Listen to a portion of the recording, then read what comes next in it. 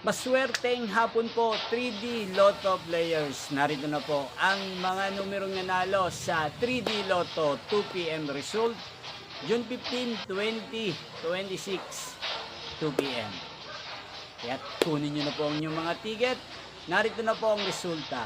Yan, nakikita nyo na po ngayon sa inyong cellphone ang mga numerong nanalo sa 3D Lotto in exact order po yan. At kung swerte namang natayaan nyo po ang mga numero niyan kanina, congrats po sa inyo. Yan, ano nga bang magandang tayaan ngayong araw na to sa 3D Lotto pang 5pm? Para po sa akin, bet ko pong mga numero ay numero 3, numero 2 at numero 6. At ang pangalawang kombinasyon na bet ko sa 3D Lotto ay numero 5, numero 2 at numero 8.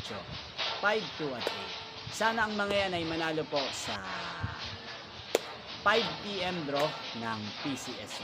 Yan, inyo po nga panood ang resulta ng 3D Lotto. Magkita-kita pong muli tayo mamayang 5pm. Thank you for watching.